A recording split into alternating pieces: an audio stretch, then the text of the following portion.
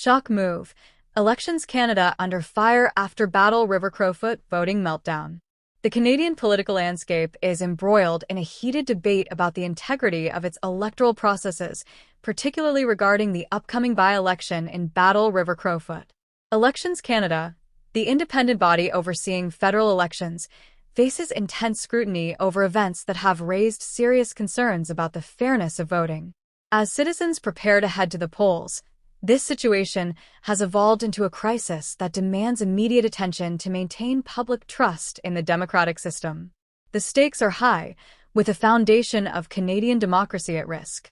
The shock move stems from Elections Canada's decision to implement adapted ballots requiring voters to write the names of their preferred candidates. Intended to address logistical challenges from an unusually high number of candidates, this decision has ignited controversy and led to accusations of mismanagement and potential voter suppression.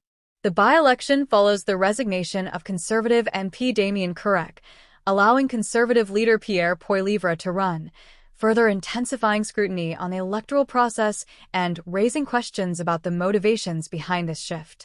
Elections Canada's choice to use adapted ballots was prompted by over 200 registered candidates, largely due to the efforts of the Longest Ballot Committee, a group advocating for electoral reform. This committee aims to highlight the need for a citizens' assembly to oversee changes in the electoral system, asserting that political parties are reluctant to implement reforms that might diminish their power. The dramatic increase in candidates has created significant challenges for the electoral body, raising questions about whether the current system can handle such complexities. The logistical hurdles made traditional ballots impractical. Elections Canada opted for adapted ballots to streamline the voting process, believing it would simplify the experience for voters. However, this decision has faced backlash.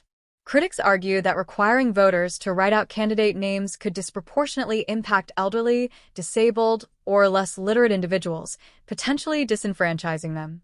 This concern has sparked calls for more accessible voting methods, emphasizing that democracy should be inclusive and allow every citizen to exercise their right to vote without barriers.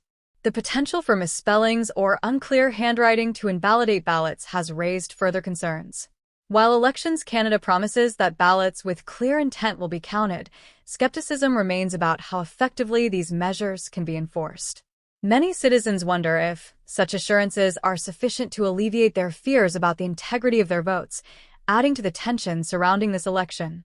Compounding the controversy, the Longest Ballot Committee has faced accusations of deliberately seeking to disrupt the electoral process. By fielding numerous candidates, they aim to create chaos and overwhelm Elections Canada's resources, drawing attention to their cause. Critics argue that this undermines the integrity of the democratic process, placing undue pressure on an organization already stretched thin. This raises questions about the balance between activism and civic responsibility, highlighting the thin line between raising awareness and potentially jeopardizing the electoral process. The Battle River-Crowfoot situation is not isolated. Similar tactics were employed in Poilievre's former riding of Carleton during the April general election, where the committee registered 91 candidates, leading to a ballot nearly a meter long. This contributed to Poilievre's defeat and raised concerns about the potential for such tactics to influence election outcomes. The pattern suggests a growing trend that could destabilize electoral integrity across Canada if left unaddressed. The ongoing controversy has illuminated broader concerns about the state of Canadian democracy. Observers are questioning whether the electoral system is vulnerable to manipulation and what reforms are necessary to ensure fairness and integrity. Many citizens are calling for a comprehensive review of the Elections Act and measures to prevent voter suppression. This growing demand for reform could signal a pivotal moment in Canadian politics, where the electorate seeks to reclaim power and demand accountability from their representatives. The political stakes in Battle River-Crowfoot are remarkably high. Poilievre's attempt to regain a seat is crucial for his leadership of the Conservative Party. A loss in this traditionally safe riding would serve as a significant setback, potentially triggering internal challenges to his leadership. Meanwhile, the by-election presents an opportunity for other parties, like the Liberals and NDP, to gain ground, making the outcome even more consequential. Each party is strategizing intensely to maximize their chances of victory, aware that implications extend beyond this one election. Prime Minister Mark Carney's Liberal government has a vested interest in ensuring a smooth and credible by-election. Any perception of mismanagement could undermine public trust and weaken its mandate.